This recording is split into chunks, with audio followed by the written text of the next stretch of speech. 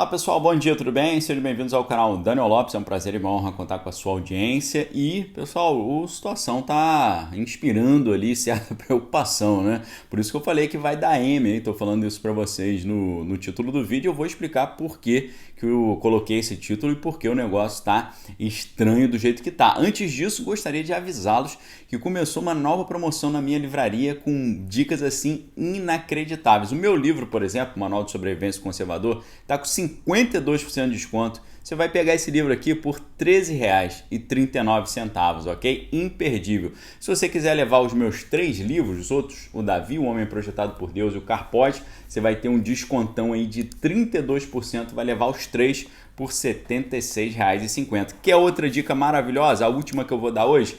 Esses livros aqui do E. Michael Jones, o kit desses 2 livros aqui com 50% de desconto. Esse aqui é a minha dica, livros que mudaram a minha visão de mundo, livros que vão mudar a sua visão de mundo e que estão num preço inacreditável. Os 2 livros saindo de R$ 200 por R$ 99,90, ok? Dá uma olhadinha aqui embaixo, promoção por tempo limitado. Vamos lá. Pessoal, olha que coisa estranha, né? Brasil já aí, né, com as suas dificuldades, a questão da liberdade da fala já a gente sabe que não está tão livre assim, né? Todas as questões aí da liberdade de consciência, de expressão, já tendo assim os seus percalços, e aí aparece pessoal aí que quer se candidatar no ano que vem dizendo que quer regulamentar a mídia, insistindo nisso toda hora, nós vamos regulamentar, vamos regulamentar. Eu não estou entendendo muito esse tipo de propaganda, porque é uma propaganda que eu creio que é contrária, né? Porque se você fala que vai regulamentar a mídia, o pessoal da mídia vai ficar com o pé atrás contigo, não é verdade? Então eu não estou entendendo muito esse discurso, mas eu quero mostrar para vocês, com exemplos práticos, como é que esse discurso se desenvolveu aqui em vizinhos nossos aqui, como é que a coisa foi evoluindo aqui nos nossos vizinhos venezuelanos. Primeiro, estou me reportando aqui a um artigo muito interessante da Gazeta do Povo, da Maria Clara Vieira, publicado agora no dia 29, tá? Artigo muito interessante, vou deixar, como sempre faço, o link aqui embaixo para vocês acompanharem. Nesse artigo ela lembra que lá eles criaram a Lei Orgânica das Telecomunicações, né? E o objetivo é sempre nobre, né? O Marx falava que o valor de uso é o suporte material do valor de troca. O que significa isso? O uso de uma mercadoria é o que justifica o seu valor de troca, né? E as estratégias sempre para trazer coisas ruins é sempre dizer que o uso é bom. Então lá foi assim. Não, a gente está trazendo uma lei nova, mas é muito boa, porque a ideia é impedir o monopólio das concessões de rádio e televisão por poucas empresas, né? É um argumento que é o argumento atual usado aqui no Brasil, né? Então primeiro vem essa história, não pode ter um grupo só monopolizando a informação, a gente tem que liberar isso. É assim que começa. Em 2004 veio a Lei de Responsabilidade Social, mais uma vez também com um objetivo muito bonito, né? A princípio, que era colocar responsabilidade social na mídia e tal, mas no final das contas era fazer com que essas mídias tivessem ali que passar mensagens oficiais do governo. Na mesma época foi ampliada essa lei orgânica, colocando ali na Comissão Nacional de Telecomunicações, a Conatel aqui dos venezuelanos, o poder de controlar todo o setor, tá certo? Inclusive tirar de circulação empresas que questionassem a autoridade, tá certo? E com base nessa lei, que veio assim muito amistosa, muito bonitinha, o antigo líder lá dos venezuelanos ordenou ali o encerramento dos serviços dos 6 maiores canais televisivos do país, tá certo? Entre 2013 e 2018, 3/4 dos periódicos venezuelanos simplesmente fecharam, tá? Isso segundo dados da Associação Nacional dos Jornalistas. Em 2017, né, o sucessor lá do líder, o que aconteceu? Começou ali um pessoal fazendo reclamações contra o governo, né, fazendo campanha contrária, e naquele ano ali eles tiraram de circulação mais de 40 estações de rádio falando que tinha irregularidades ali no seu funcionamento, né? E naquele mesmo ano eles criaram ali, essa é a mais bonita, né? A Lei da Convivência Pacífica, tá certo? Lei da Convivência Pacífica dizia que qualquer um que falasse coisas que não eram pacíficas iam ser retirados de cena, seja das mídias tradicionais, seja da internet, tá bom? Então, isso aí é o papo que começou lá e é o papo que a gente está vendo ser pregado aqui. Eu não estou entendendo por que os caras estão falando nisso, vamos regulamentar isso, regulamentar aquilo, porque isso é uma propaganda muito contrária. Eu não estou entendendo, é um negócio assim que joga contra você falar que vai fazer um negócio como esse, tá? Então, isso aqui é algo que traz enorme preocupação, que a gente tem que ficar muito de olho com relação a isso. Agora, quando a gente olha isso tudo que está acontecendo hoje, eu me lembro da estratégia bélica da desmoralização.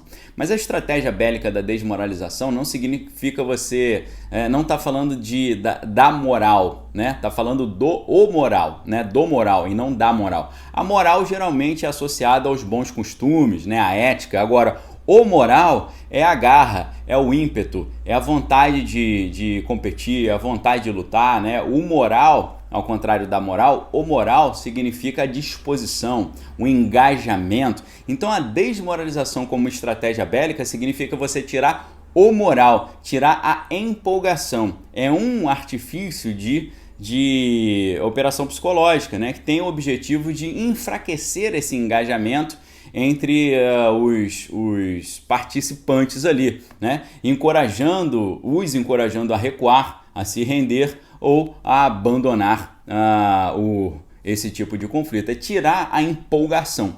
É exatamente isso, né, que a gente está vendo acontecer hoje, né? Uma tentativa incessante de fazer com que a gente olhe pro nosso redor, pro nosso país e fale, não tem solução, não tem jeito, é muito difícil, olha só como é que tá, o cara estava encarcerado, saiu e agora quer ser presidente de novo, né?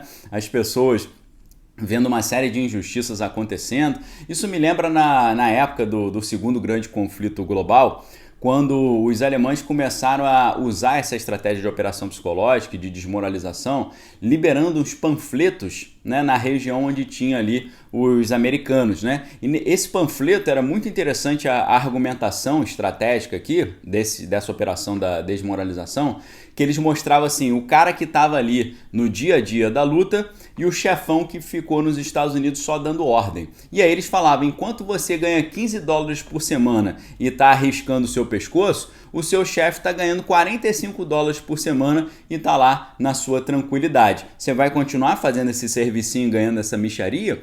E aí depois eles mostram, né? Você trabalha 7 dias por semana, o cara que está ali no front, né? Ganhando $15 durante os 5 dias da semana, mas sábado e domingo não ganha nada e não ganha nada de hora extra, né? Só ganha 15 por semana. Já o chefão que está em casa, tranquilo, ele trabalha 5 dias da semana ganhando $20, aí no sábado ele ganha $6, no domingo ele ganha 9 e quando ele trabalha além do expediente ele ganha $10, por isso que soma 45, né? E aí eles falam assim, isso tudo para ganhar ali uma vida segura e agradável e tranquila. E você aí arriscando seu pescoço por $15. Ou seja, a ideia desse panfleto era tirar a disposição, tirar o interesse dos caras de estar nessa empreitada, né?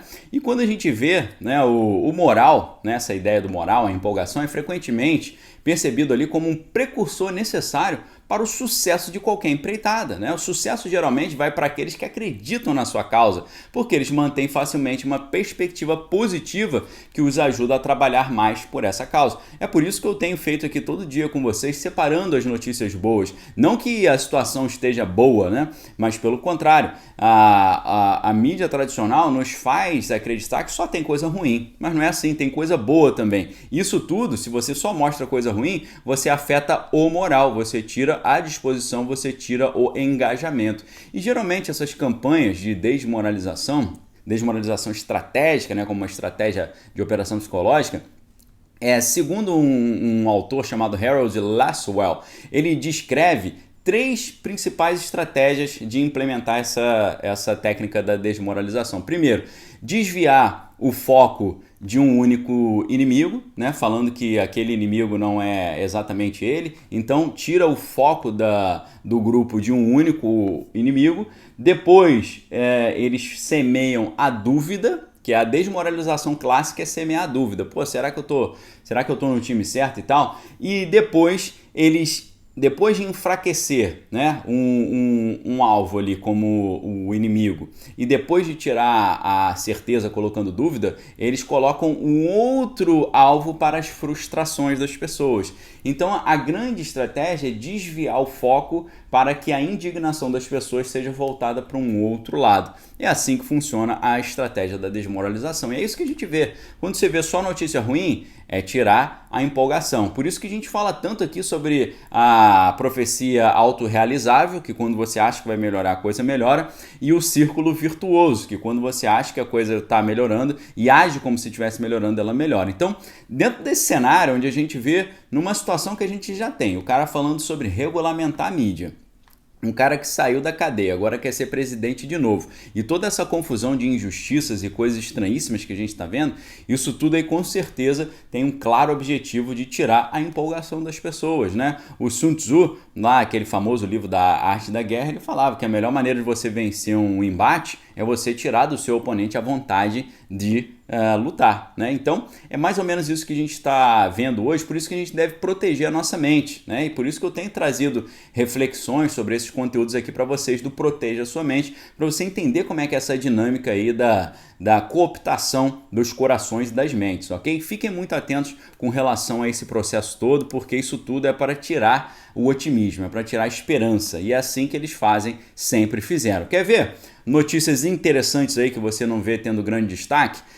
Roberto Campos Neto, né, o diretor do Banco Central, perguntou: cadê a grande deterioração fiscal? Né, os números não mostram isso. Exatamente, não mostram, né? Como o Luiz Carlos Mendonça de Barros, né, ex-diretor também do Banco Central, ele publicou nas suas redes sociais dizendo que ele concorda com essa opinião, inclusive porque, como eu trouxe para vocês ontem, a gente tinha uma meta de começar o ano que vem com uma dívida já de 170 bilhões. Depois, essa expectativa de dívida caiu para 70 bilhões. Depois caiu para 50 bilhões. E agora eles já estão trabalhando com a possibilidade da gente começar o ano que vem com uma dívida menor de 50 bilhões e talvez em 2023 nós já voltarmos a estarmos no azul nas contas públicas, algo que não acontecia desde 2014. Veja se não é motivo de grande otimismo diante dessa realidade. Enquanto isso, o pessoal fala: problema fiscal. A realidade não está mostrando isso, está mostrando que a gente está reduzindo a dívida e talvez podendo atingir uma situação superavitária já em 2023. Quer ver outra situação também? Aqui o Felipe Tadwald que trouxe esse conteúdo. Por exemplo, a gente leu o noticiário dizendo que 68% das famílias brasileiras estão endividadas. É o que as notícias estão dizendo. Só que, se eles consideram dívida de cartão de crédito, aí o negócio fica meio estranho. Por quê? Porque se uma pessoa pode comprar algo parcelado em 12 vezes sem juros, pagando o mesmo que pagaria à vista, então é claro que vale a pena você, entre aspas, ficar endividado. E aí o problema não é essa dívida, o problema é a inadimplência. Tá certo? Então é muito sutil essa diferença, né? 68% dos brasileiros estão endividados. Mas será que são brasileiros que compraram pagando em 12 vezes? Então tinha que separar o endividamento do inadimplente, da inadimplência, né? Isso gera confusão, tá certo? É claro que o cartão de crédito bem utilizado, ele pode ser um ótimo aliado aí quando você usa os pontos. Às vezes você tem dinheiro de volta através de cashback, tem acesso a condições de compras diferenciadas. Então, para vocês verem como é que essas notícias vão mexendo no moral, vão mexendo no otimismo, vão mexendo na esperança, né? Vão trazendo a você ali essa sensação que está tudo muito ruim, né? Que o futuro não tem esperança nenhuma e tal. Não é só isso, não tem só notícia ruim, há notícias boas também, mas quando um povo perde completamente sua esperança, ele já está derrotado, é o que todos os manuais aí bélicos nos ensinam, ok? Então a gente tem que proteger a nossa mente usando, né, o que a Bíblia chamava de o capacete da salvação. O capacete da salvação protege sua mente das informações negativas, ruins e destrutivas. Com relação à crise sanitária, muitas notícias interessantes, graças a Deus. Média de óbitos é a menor desde dezembro, olha que maravilha. Quer ver outra? 60 milhões de brasileiros já estão com a imunização completa. Isso corresponde a 28,1% da população brasileira. Lembrando que lá nos Estados Unidos, quando eles chegaram mais ou menos aos 30% de população totalmente imunizada, eles começaram a abrir muito mais o seu comércio. Quer ver mais uma? Média de óbitos diária no Brasil cai pelo 7º dia consecutivo. Lembrando que nós passamos aqui pelo inverno, que é a fase mais delicada desses problemas, né, respiratórios. Além disso, o Brasil tem o 3º dia seguido com média de óbitos abaixo de 700, tá certo? A curva de óbitos completou 7 dias em queda e o índice de casos, olha só, presta atenção, a gente falou de óbito, índice de casos é o menor em 280 dias, índice de casos é o menor em 280 dias, ok? Quer informação boa para começar a sua semana? Olha só que legal. São Paulo atingiu a menor média de novas internações desde o início da crise sanitária. Média ficou em 740 internações ali por dia, queda de 11,9% em relação à semana anterior, tá certo? Vejam só, menor média de novas internações desde o início da crise sanitária no estado de São Paulo. Média também no Rio Grande do Sul. Rio Grande do Sul passou uma situação bem delicada tempos atrás. Agora nós vemos uma notícia aqui do Jornal do Comércio dizendo que a média de novos casos no Rio Grande do Sul caiu para o menor nível desde junho de 2020. Junho de 2020, ok? A gente está vendo aqui o número de óbitos menor desde 13 de dezembro, né? O pessoal falando, menor número desse ano. Agora já está falando menor número desde 13 de dezembro. Olha que maravilha. Além disso, né, o Brasil tem média móvel aí menor, né, nesse ano aqui de 2021, né? Notícias maravilhosas. Então é isso, pessoal. Tem muito papo estranho acontecendo e esse papo estranho todo aí, geralmente ele está sendo utilizado para tirar o moral. Isso aí é uma estratégia, uma tática de operação psicológica chamada de desmoralização, para tirar o moral, para tirar a esperança, para tirar o otimismo, para tirar o engajamento, para tirar a vontade de desejar aí um futuro melhor, tá? Fiquem muito atentos, proteja a sua mente, entenda esses conceitos que eu estou trazendo para você proteger a sua mente, veja o outro lado, o lado bom também, para você não ser engolido por essa maré aí de pessimismo, porque isso aí decreta sumariamente a vitória do oponente, tá bom? Fiquem com Deus aí, examinem todas as coisas, retém que é bom. Fica o convite para vocês darem uma olhadinha lá na promoção, na livraria Daniel Lopes, conteúdos aí com 50% de desconto. O meu livro você vai levar por R$13 uns quebradinhos, não perca essa oportunidade, ok? Fique com Deus, examine todas as coisas, retém que é bom. Um abraço, valeu!